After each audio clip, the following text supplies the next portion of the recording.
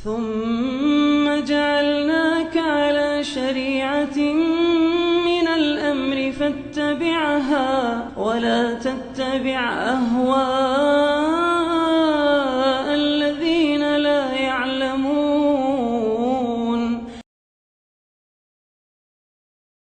Baik, syubhat yang saya sudah nggak ingat yang berapa ini. Kelima yang keenam. Yang kelima. Yang keenam. Baik, yang keenam ucapan Al-Izz bin Abdissalam rahimahullah. Al-Izz bin Abdissalam ini salah seorang ulama Syafi'i yang populer. Iya. Beliau dulu digelari dengan gelar Sultanul Ulama. Sultan al-Ulama. Yang berucap seperti Imam Syafi'i dari murid-muridnya, seperti misalnya Al-Qarafi atau yang datang setelahnya seperti Imam Nawawi, itu mirip seperti ini. Mirip. Jadi kita tidak terlalu banyak menyinggung tentang hal tersebut. Kita singgung saja ucapan Al-Izz bin Abdissalam.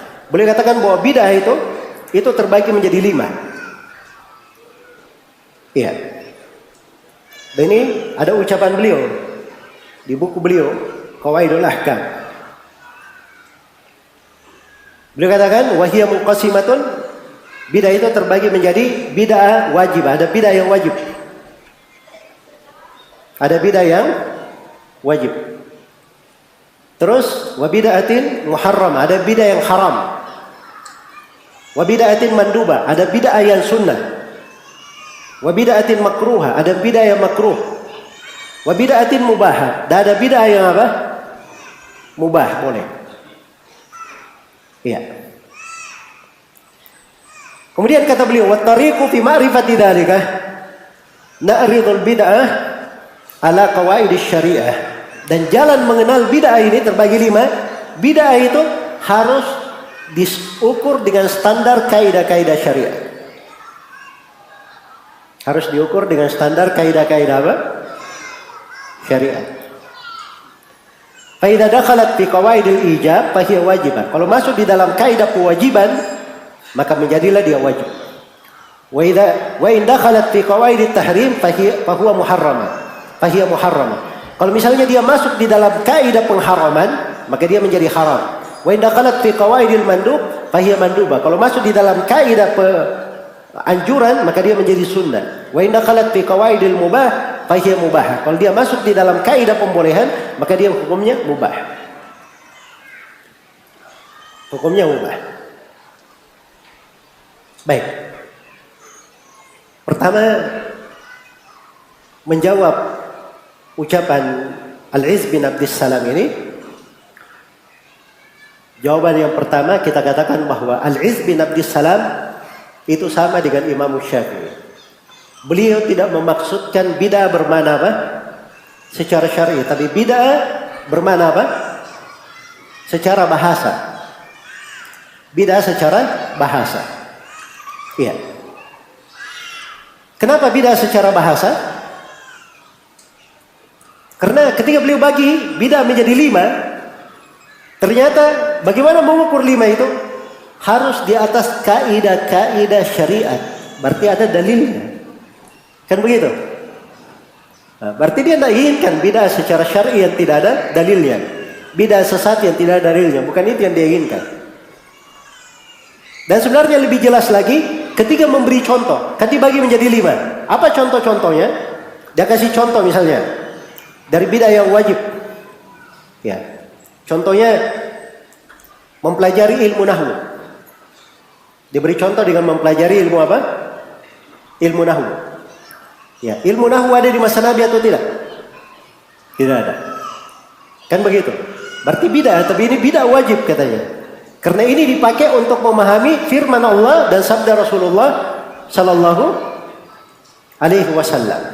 Ini kewajiban terhadap orang tertentu ya, yang memang dia itu harus mempelajari Al-Quran dan Sunnah. Maka dia wajib mempelajari kaidah-kaidah ilmu nahwu. Ya. Jadi contohnya ini sebenarnya bid'ah atau bukan? Pelajari ilmu nahwu itu bukan bid'ah. Pelajari ilmu bahasa Arab itu dengan lisan bahasa Arab, berbahasa dengan baik, Itu ada di dalam Al-Quran dan Sunnah, dasar-dasarnya ada. Ya, memang kaidah-kaidah ilmu nahwu itu baru diletakkan setelahnya. Baru diletakkan setelahnya. Kalau dulu orang Arab itu, dia itu tidak bisa keliru. Ya. Kalau dikatakan misalnya Ja'a Zaidun, ada Arabi, Ja'a Zaidun. Terus dites Arabi, coba kamu bilang Ja'a Zaidin. Itu ucapnya akan beku, tidak bisa berucap dia. Karena mereka itu lisannya itu tidak bisa, terbiasa di atas kesalahan ucapan mereka. Jelas ya? Baik. Itu ada kisah ya disebut di pembahasan ilmu nahwu. Kisah antara Imamul Kisai dan Sibawai. Ya. Ketika Sibawai ditanya tentang ibarat bahwa bahwa kalajengking itu lebih, katanya saya menyangka sengatan kalajengking itu lebih berbisa daripada sengatan tawon. Ya. Terus dia katakan faidahiyya hu. Nah, di sini ribut antara Al-Kisai dengan Sibawai. Sibawai berkata faidahiyya hu, hanya itu saja. Kisai berkata tidak. Bisa faidahiyya iyyahu, bisa. Ini dua pakar bahasa ini ribut. Siapa yang mendamaikan? Siapa yang menjadi pemutus? Oh, panggil orang-orang Badui. Jadi orang-orang Badui ini depan khalifah dia ribut ya, dua orang. Itu orang Badui di luar sana. Nah, rupanya katanya orang Badui ini ada kecenderungan kepada siapa? Kepada Al-Kisai. Makanya ketika ditanya siapa yang benar, mereka bilang yang benar Al-Kisai.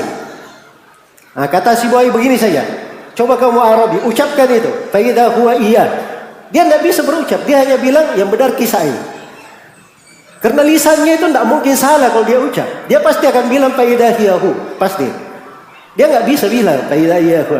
Iya. Jelas ya? Baik. Jadi itu ada dulu orang seperti itu. Ya, jadi mempelajari ilmu nahwu itu memang ada pembahasannya ketika sudah dipastikan ya harokat-harokat itu, maka para ulama menyusun buku-buku. Itulah ilmu nahwu yang kita pelajari sekarang ini. Kalau dahulu mereka mau tahu bahasa yang benar itu bagaimana, dia pergi kampung-kampung, tanya kepada Arabi. Iya, tanya kepada Arabi, dia dengar cara mereka membahasakannya bagaimana. Cara mereka membahasakannya bagaimana. Baik, jadi sini Imam Al-Iz bin Abdissalam memberi contoh bidah yang wajib mempelajari ilmu nahwu. Baik, bidah yang disunnahkan apa contohnya? Contohnya sholat tarawih. Contohnya membangun sekolah-sekolah. Ya. Jelas ya? Itu bidah yang apa? Disunnahkan. Jadi sebenarnya ini kalau kita masuk di pembahasan Al-Iz bin Abdissalam itu sama dengan Imam Syafi'i. Dia tidak memaksudkan bidah secara apa? Secara syar'i, yang dia maksudkan bidah secara bahasa. Tapi bersamaan dengan itu, ucapan Al-Iz bin Abdissalam ini membagi itu tidak ada pendahulunya. Tidak ada seorang ulama pun yang mendahulunya. Karena itu Imam Asy-Syatibi tegas di dalam hal ini. Beliau katakan hadat taksim amrun mukhtara. Pembagian menjadi 5 ini perkara baru. La yadullu alaihi dalilun syar'i. Tidak ada dalil syar'i yang menunjukkan tentang hal ini. Iya, ini kalau dihitung dari bidah secara hakiki. Baik. Kemudian berikutnya dari sudut bantahan yang ketiga. Perbuatan Al-Iz bin Abdissalam sendiri itu menyelisih kaidahnya. Andai kata kaidahnya bidah terbagi 5 benaran, bidah yang sesat itu terbagi 5. Ada yang wajib, ada yang sunnah, ada yang mubah, ada yang makruh, ada yang haram. Andai kata memang seperti itu, bidah secara syar'i terbagi 5, itu tidak mungkin perbuatan Al-Iz bin Abdissalam menyelisihi. Ternyata Al-Iz bin Abdissalam, beliau itu orang yang sangat keras pengingkarannya terhadap bidah-bidah. Iya. Bahkan beliau sangat tegas sekali mengingkari orang-orang yang berbuat bid'ah tersebut. Ya. Karena itu Ali bin Abdussalam ditanya tentang salaman, berjabat tangan selepas sholat subuh dan sholat asar. Jadi salam-salaman selepas sholat subuh dan sholat apa? Sholat asar. Apa jawaban Ali bin Abdussalam? Kata beliau, al-musafahatu uqbas subhi wal asri minal bidah. Salam-salaman atau bersalaman selepas sholat subuh dan sholat asar itu terhitung bid'ah. Illa liqadib, kecuali kalau orang baru datang.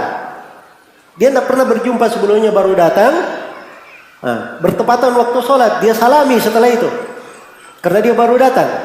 Nah, itu tidak ada masalah. Dia salaman bukan karena sholatnya, karena dia apa? Baru datang. Karena dia baru datang. Baik. Jadi ini ucapan Ali bin Abdussalam rahimahullahu ta'ala. Ya. Demikian pula mengangkat tangan berdoa selepas sholat. Ya. Apa hukumnya? Kata beliau, itu tidak disunnahkan. Dan tidak ada yang tidak disunnahkan mengangkat tangan pada saat doa, kecuali di tempat yang Rasulullah mengangkat tangannya. Apa hukum mengusap wajah setelah berdoa? Kata beliau, tidak ada yang melakukannya kecuali orang jahil. Ya. Jadi ada beliau berkata, itu kan bagus, bidah hasanah itu. Ya. Jelas ya? Tidak ada ucapan seperti itu. Ini bentuk pengingkaran, keteguhan berpegang dengan sunnah. Rahimahullahu ta'ala. Baik, ini banyak hal ya kalau mau diberi contoh. Terkait dengan salaman-salaman ini selepas sholat. Ya. Ada sebagian orang katanya mengatakan itu bidah, itu adalah hal yang tidak masuk akal, menyelisih logika. Ini perhatikan ya, orang-orang sebagiannya itu masya Allah ya, dianggap itu akalnya sehat sekali. Orang lain tidak sehat akalnya, logikanya saja yang benar. Ya. Masa salaman-salaman selepas sholat itu bidah? Ya. Kamu kalau keluar terus kemana begitu? Ya. Terus buka HP, buka ini, kan tidak ada yang bilang itu bidah. Ya. Habis sholat pergi makan, pergi minum, tidak ada mengatakan makan habis sholat adalah bidah. Ya. Jadi dia beri contoh dengan hal yang beda dengan pembahasan. Ya. Jelas ya? Ada orang yang habis sholat, dia pergi tidur. Itu nggak ada masalah, memang tidak ada aturannya. Tapi ini kebiasaan, setiap habis sholat, padahal sebelum sholat sudah salaman, ketemu assalamualaikum. Habis sholat salaman lagi. Ya. Jelas ya? Dan masya Allah kadang sebagiannya semangat sekali, salami semuanya, kanan, kiri, depan, belakang. Ya. Padahal sudah ketemu dari tadi. Ya. Nah, ini sekarang perbuatan dilakukan sebagai ibadah, selalu berulang selepas sholat. Itu masuk di dalam kaidah bid'ah. Itu yang menjadi masalah. Bukan masalah dia hanya salaman sekali dan seterusnya, tidak. Tapi ini dia jadikan sebagai kebiasaan. Itu dilakukan terus menerus selepas sholat. Dia anggap sebagai ibadah, bentuk sebagai ibadah. Andai kata ada seperti itu terus menerus dilakukan oleh Nabi dan para sahabat, ya, maka pasti akan dinukil kepada kita. Ini masalah sholat. Tahu kan masalah sholat? Para sahabat itu sholat 5 waktu. Ya. Jadi kalau sholat 5 waktu, mereka semuanya hadir sholat 5 waktu. Jadi kalau ada pembahasan sholat yang tanpa salam-salaman, tidak mungkin tidak ada haditsnya. Ya. Tidak mungkin tidak ada haditsnya. Pasti ada sahabat yang akan menukil, menjelaskannya. Nah, begitu cara memahaminya. Cara memahaminya. Jadi sebenarnya ini di dalam konteks memahami sebuah bidah, ya, seorang itu harus melihat perkara itu sesuai dengan timbangan syariat. Jangan dengan timbangan hawa nafsunya, kelompoknya, atau ingin membela perbuatan ini dan perbuatan itu. Tidak. Kita itu akan ditanya oleh Allah pada hari kiamat tentang segala yang kita ajarkan kepada manusia. Kalau kita mengajarkan kejelekan kepada orang, hati-hati. Dosa-dosa orang yang mengamalkannya itu akan ikut sampai kita hingga hari kiamat. Saya mengajarkan kejelekan kepada si A diajarkan lagi kepada si B, terus mengalir. Nah, itu dapat dosa jariah juga. Hati-hati. Karena itu para ulama itu tidak sembarangan. Ketika mereka mengajarkan ilmu, dia pastikan ini memang betul ilmu. Hal yang benar sumbernya. Dia posisikan dirinya itu perantara antara Allah dengan manusia. Coba bayangkan, dia menjadi perantara. Iya. Jangankan kita, Nabi Muhammad saja Allah berfirman di konteks kerasulan seperti itu.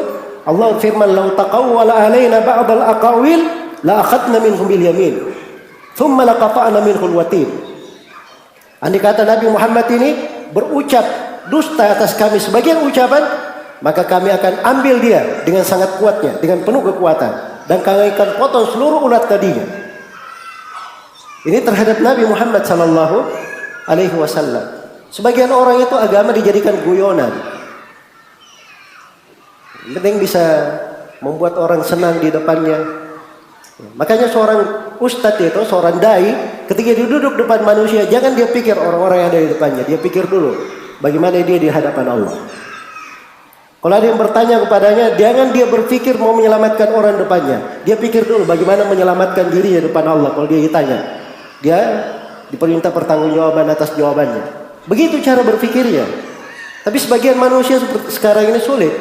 Modelnya itu model selebriti. Ya. Ya, lihat dulu, ini orang-orang kayak gimana ini. Fans saya ini, kalau saya ngomong kayak gini, barangkali mereka semuanya pada unlow semua.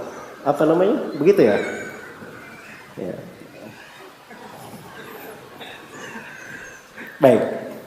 Nah, itu nggak bagus ya. Nah, cara berpikir itu harus diperbaiki. Itu cara beragama. Dan yang terakhir ada kata ucapan Al-Is bin Abdissalam rahimahullahu ta'ala ini. Memang maknanya beliau bagi bid'ah menjadi 5, bid'ah syar'i dia bagi menjadi 5. Nah, itu tidak diterima dari beliau. Itu menyelisih hadits Nabi sallallahu alaihi wasallam. Baik. Jadi kalau ingin kita beri contoh tentang Al-Is bin Abdissalam, banyak ya ucapan-ucapan beliau yang bagaimana menunjukkan keteguhan beliau di dalam membela sunnah, mengingkari bid'ah-bid'ah.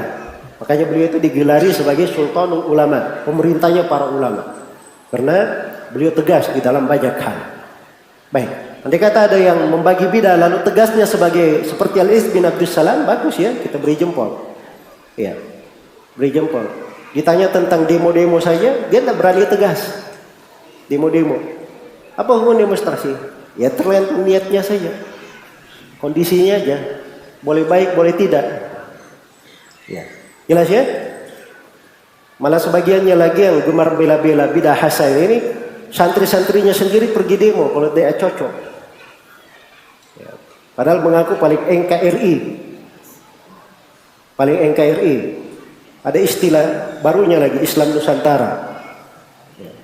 Tapi kalau tidak cocok sebuah kebijaksanaan pemerintah, bisa juga demo. Malah Masya Allah santrinya pernah teriak bunuh menterinya. Ya. Jelas ya? Nah, ini tidak benar, yang seperti ini harus ditegaskan. Demonstrasi itu haram. Itu ada sarana memecah belah manusia di negeri ini. Adalah perkara yang bisa membahayakan manusia. Itu harus diterangkan oleh seorang dai. Tidak ada di situ ditawar menawar, boleh tidak, boleh ikut, boleh tidak ikut. Oh,